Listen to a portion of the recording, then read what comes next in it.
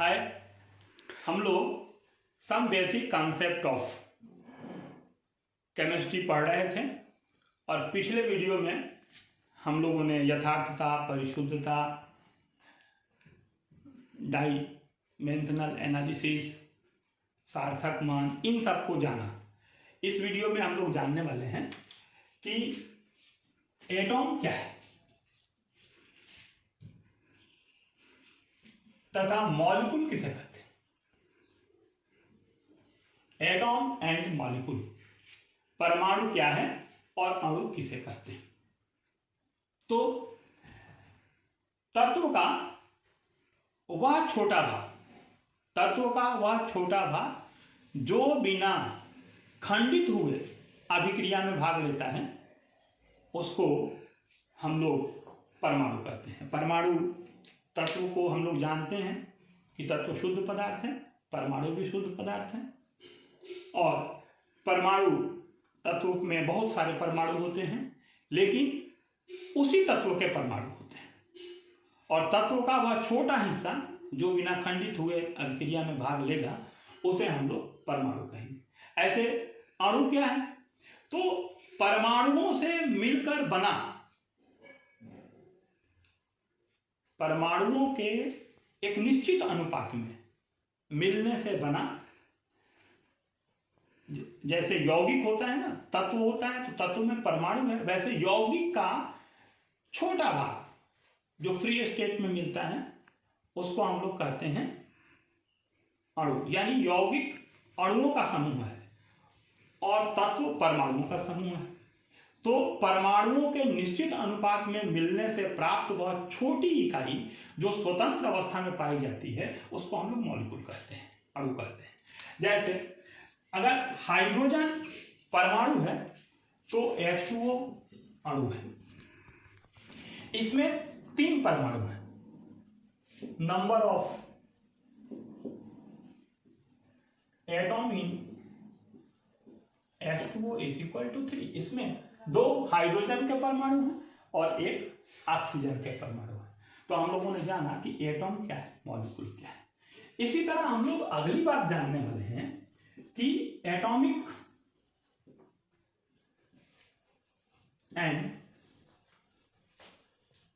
Molecular mass,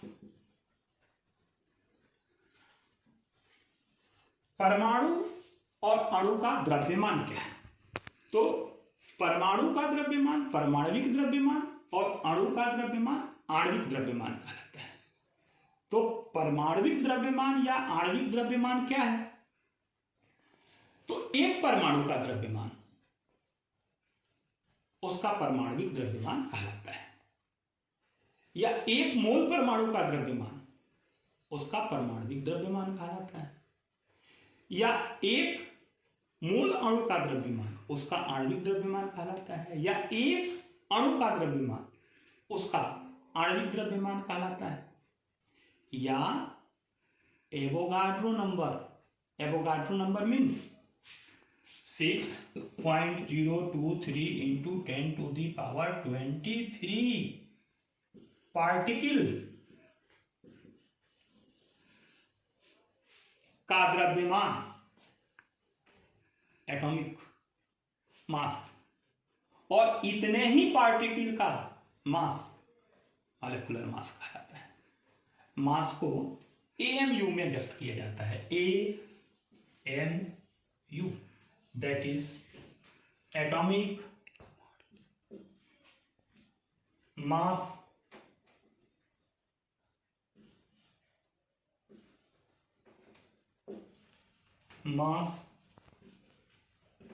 unit. परमाणु द्रव्यमान इकाई क्या है?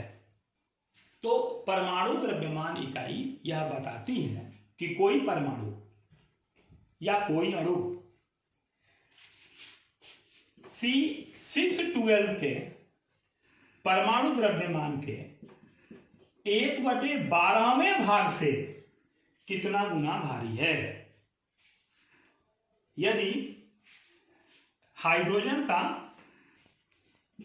M है, M ऑफ हाइड्रोजन, आप इसको लिख सकते हैं M of hydrogen is equal to 1.008 AMU। It means hydrogen C612 के 1/12वें भाग से इतना गुना भारी है, यानी ये गुणे इतना। इसी तरह अगर हम लोग अणुभार की बात करें और m of H2O that is 1 into 2 plus 16, this is equal to 18 AMU। It means ये जो H2O का भार है, परमाणु द्रव्यमान है, यह द्रव्यमान कार्बन 612 के 12वें भाग से 18 गुना भारी है। तो हम लोगों ने देखा कि एटॉमिक और मॉलिक्यूलर मास क्या है, AMU एटॉमिक मास यूनिट क्या है, एटॉम क्या है, मॉलिक्यूल क्या है। इसके साथ हम लोग जानने वाले हैं कि मोल क्या है। मोल क्या है?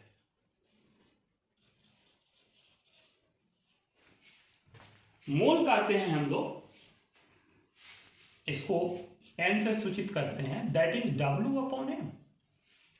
W का अर्थ है भार और m का अर्थ है परमाणु द्रव्यमान, परमाणु भार या अणु द्रव्यमान या आणविक भार। तो जो वेट है, अगर वो W बराबर हो m के, दिस इज इक्वल टू 1 मोल, तो वो 1 मोल के बराबर होगा। अगर ये दोनों बराबर है तो दोनों कट जाएगा, 1 मोल के बराबर होगा। और यदि S हम लोग यहां लिखें 18 ग्राम H2O बराबर 1 मोल H2O बराबर m, ये W है। अगर W बराबर 18 ग्राम है तो m तो 18 होता ही है H2O का। और इन परिस्थितियों में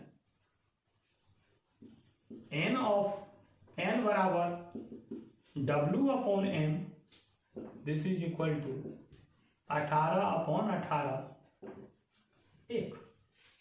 इसको मोल कहते हैं। एक मोल में, एक अणु में, एक परमाणु में एक मोल का अर्थ होता है कि आप कैसे, आपको बता दें, जैसे आपसे कोई पूछे कि आपके विद्यालय में कुल कितने कमरे हैं, आपने कहा 32 कमरे हैं। बोले कि एक कमरे में कितने मेज हैं, बोले कि 32 मेज हैं। आपसे किसी ने पूछा कि एक कक्षा में कितने बच्चे हैं, आपने कहा 32 बच्चे हैं। बोले कि एक बच्चे के बैग में किताब कापी की संख्या कितनी है, तो 32 है। आपके स्कूल में कितने टीचर हैं, तो आपने कहा 32 हैं। आपके स्कूल के मैनेजमेंट में कितने लोग मेंबर हैं, तो आपने कहा कि 32 हैं। इट मीन्स ये जो 32 है मैजिक नंबर है। ऐसे ये मैजिक नंबर है, एवोगाड्रो नंबर। एवोगाड्रो के सम्मान में उसको एवोगाड्रो नंबर कहा जाता है। एवोगाड्रो नंबर क्या है, तो एक मोल में उपस्थित पार्टिकल की संख्या, number of particle, 1 mole electron, 1 mole proton, 1 मोल परमाणु, 1 मोल अणु, कोई भी 1 मोल हो तो उसमें उसकी संख्या 6.023 इंटू 10⁻23 पार्टिकल होगा। आप 1 मोल इलेक्ट्रॉन की बात करेंगे तो 1 मोल इलेक्ट्रॉन में ये एवोगाड्रो नंबर है। एवोगाड्रो नंबर अभी लिखा भी था हमने पीछे। एवोगाड्रो नंबर क्या, 6.023 इंटू 10⁻23 पार्टिकल। अब 1 मोल H2O, 1 मोल H2O मीन्स 1 मोल H2O, n बराबर 1 मोल H2O बराबर 18 ग्राम H2O बराबर 1 अणु H2O। तो 18 ग्राम H2O में H2O के पार्टिकल की संख्या इतनी होगी। 1 मोल हाइड्रोजन, अगर 1 मोल हाइड्रोजन है तो हाइड्रोजन अणु है, 1 मोल H2 बराबर 1 into 2 this is equal to 2 gram. ये 2 ग्राम, 2 ग्राम हाइड्रोजन में हाइड्रोजन के H2 की संख्या कितनी होगी? 6.023 into 10 to the power 23 particle of hydrogen. तो हम लोगों ने देखा कि मोल क्या है, एवोगाड्रो नंबर से उसका क्या रिलेशन है, उसका वेट से क्या रिलेशन है, उसका द्रव्यमान से क्या रिलेशन है। ये बात हम लोगों ने मोल के बारे में जाना, एवोगाड्रो नंबर क्या है, मोल क्या है। इसके बाद मोल को ही हम लोग कहते हैं, मोल को ही हम लोग कहते हैं ग्राम परमाणु। मोल क्या कहलाता है?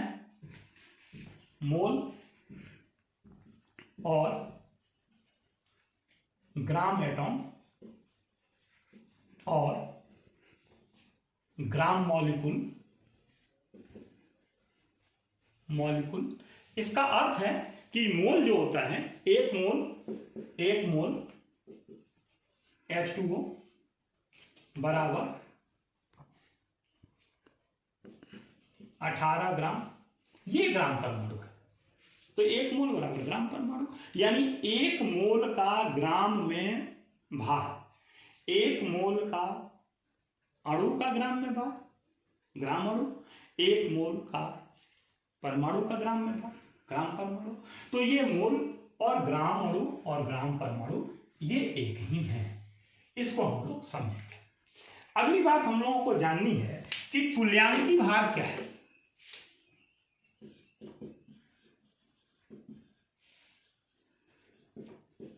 इक्विवेलेंट वेट, इक्विवेलेंट वेट, तुल्यांकी भार जो है वो कोई मॉलिक्यूल, कोई एटॉम, कोई साल्ट किस स्थिति में है, कहां काम कर रहा है, उसके आधार पर इसका भार निकाला जाता है। अगर कोई एटॉम है तो equivalent weight of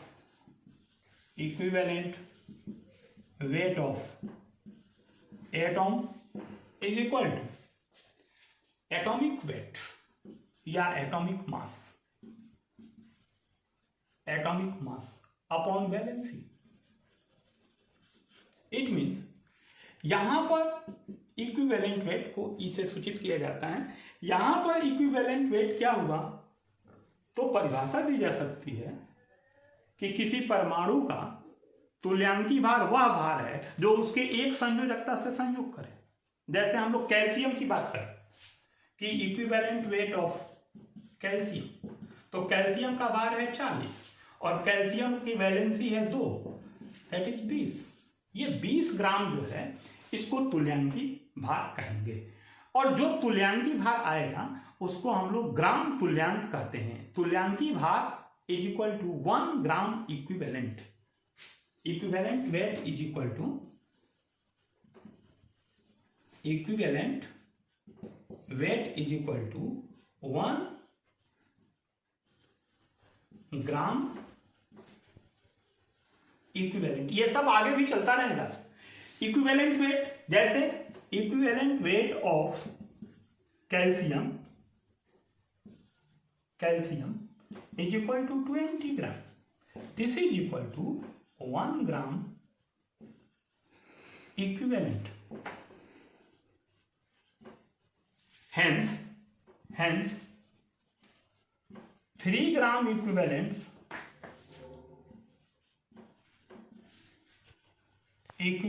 is equal to 3 into 20. This is equal to 60 gram. देख रहे हैं, अगर कैल्शियम के 1 ग्राम तुल्यांक 20 ग्राम के बराबर है तो 3 ग्राम तुल्यांक 60 ग्राम के बराबर होगा। इसको हम लोग ध्यान में रखेंगे। ये तो परमाणु के लिए है। यदि कोई एसिड बेस हो,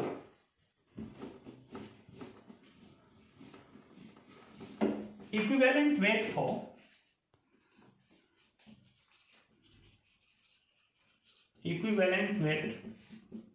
फॉर acid और बेस। किसी एसिड या बेस के लिए इक्विवेलेंट वेट क्या है? तो इसके लिए अगर इक्विवेलेंट वेट की बात हो तो equivalent weight is equal to molecular weight of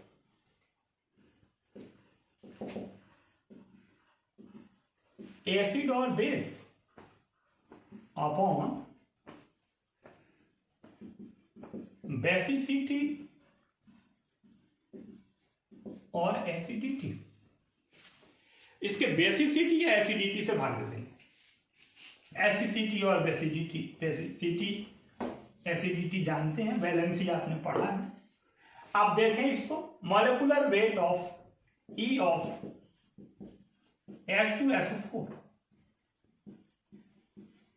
this is equal to molecular weight of H2SO4 upon basicity. Acid है तो एसिड की बेसिसिटी है, इसकी बेसिसिटी 2 होती है, 2H प्लस इसमें है तो इसलिए इसकी बेसिसिटी 2 है। This is equal to 98 upon 2 49। 49 is equivalent weight of H2SO4। ये इक्विवेलेंट वेट है। अब हम लोग बात करेंगे कि एसिड का ऐसे होगा, बेस का भी ऐसे ही होगा। बेस में नीचे जो बेसिसिटी की जगह एसिडिटी हो जाएगा। तो इक्विवेलेंट वेट एसिड बेस के लिए कैसे होगा? अगर कोई साल्ट हो तो फिर उसका इक्विवेलेंट वेट कैसे निकालेंगे? इक्विवेलेंट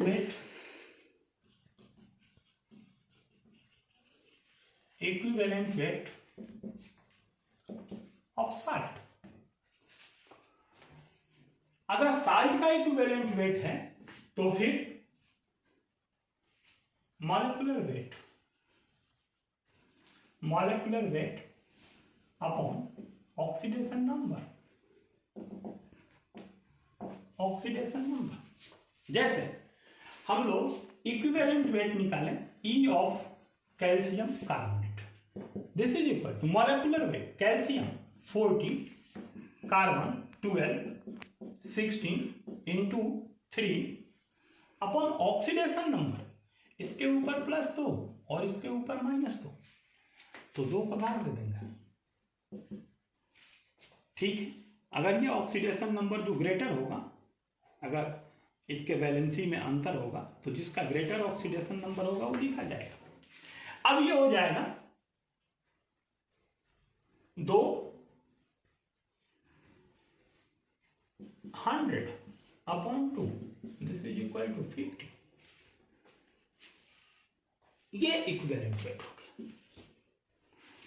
तो इक्विवेलेंट वेट अगर यहां Na2CO3 होता, E ऑफ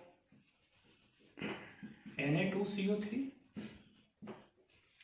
तो इसके ऊपर 1 प्लस, लेकिन इसके ऊपर 2 माइनस, तो 2 लिखा जाए। Na2 23 into 2 plus 12 plus 16 into 3 upon 2, 8, 2 10, 6 16, 106/2, 53। That is equivalent wait. तो इक्विवेलेंट वेट हम लोग साल्ट का कैसे निकालें? अगर इक्विवेलेंट वेट किसी रिडॉक्स रिएक्शन में भाग लेने वाले किसी कंपाउंड का निकालना हो तो फिर कैसे निकालेंगे? तो फिर उसके लिए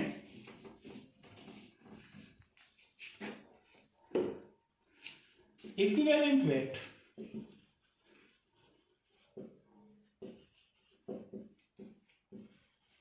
in redox reaction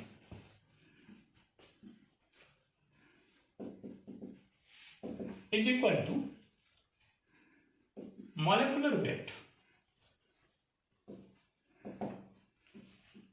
upon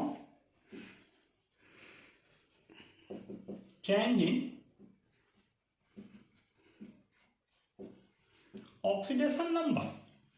जैसे कोई रिएक्शन हम लोग लिख दें ऐसे K2 KMnO4 CaMnO4, H2SO4, then K2SO4 plus MnSO4 plus H2O, K2SO4, MnSO4, K,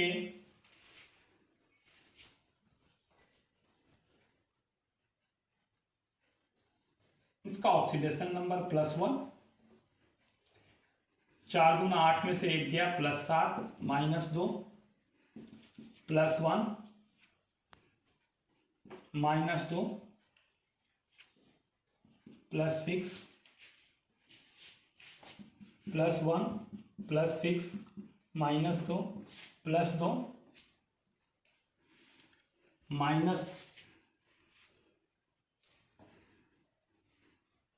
-2, +6, +1, -2। ये देखें, यहां पर HCl भी लिख सकते हैं, जैसे हम लोगों ने HCl लिख दिया तो कुछ नहीं करना, यहां पर HCl तो KCl, यहां पर MnCl2, यहां पर H2O, यहां पर Cl2। कोई भी ऑक्सीकारक HCl से रिएक्शन करेगा, क्लोरीन गैस निकलेगी, नहीं तो ऑक्सीजन गैस निकलेगी। अब ये +1, ये -1, ये +2, ये -1, ये +1, ये -2, ये 0, ये +1, ये -1। अब इसमें देखें Mn, ये है रिडक्शन, इसको देखें, ये है ऑक्सीडेशन। कहीं ऑक्सीडेशन रिडक्शन होगा। अब चेंज इन ऑक्सीडेशन नंबर, तो चेंज इन ऑक्सीडेशन नंबर हम लोगों को इसका निकालना तुल्यांकी भार, इसका निकालना, पहले ये तय करेंगे। अगर हम लोगों को इसका तुल्यांकी भार निकालना है तो equivalent weight of E of CaMnO4 is equal to K 39, Mn 55, O 16 × 4 upon change in oxidation number, 7 से 2 चेंज हुआ, 5 का, 5 2 7, 5 का लाभ देते, this is equal to 4 5 9 9 18 158 upon 5, this is equal to 31.6। ये इक्विवेलेंट वेट हो गया। अगर हम लोग इसका E ऑफ HCl निकाल, ये HCl, तो फिर क्या होगा, तो फिर अब जब इसका निकालेंगे तो HCl का वेट, H का 8, Cl का 35.5 अपॉन, ये -1 से 0 हो गया, तो -1 से कोई 0 हो जाए तो 1 का परिवर्तन होगा, तो 1 का परिवर्तन दैट इज 36.6। ये इक्विवेलेंट वेट हो गया। तो इक्विवेलेंट वेट रिडॉक्स रिएक्शन में कैसे निकालेंगे, इक्विवेलेंट वेट किसी एसिड बेस का कैसे निकालेंगे, इक्विवेलेंट वेट किसी साल्ट का कैसे निकालेंगे, इक्विवेलेंट वेट किसी तत्व का कैसे निकालेंगे, और सबका इक्विवेलेंट वेट अलग अलग प्रकार से निकाला गया, जिसमें वैलेंसी ऑक्सीडेशन नंबर की महत्ता अधिक है, इसलिए इसका हम लोग ध्यान करेंगे। और घर में ऑक्सीडेशन नंबर निकालना, मोल निकालना, number of particle Avogadro number के आधार पर नंबर ऑफ पार्टिकल निकालना, इन तमाम चीज़ों का अभ्यास आप लोग घर पे करेंगे, नोट्स बनाएंगे, ठीक ठीक अध्ययन करेंगे, ये आपसे अपेक्षा है। Thank you.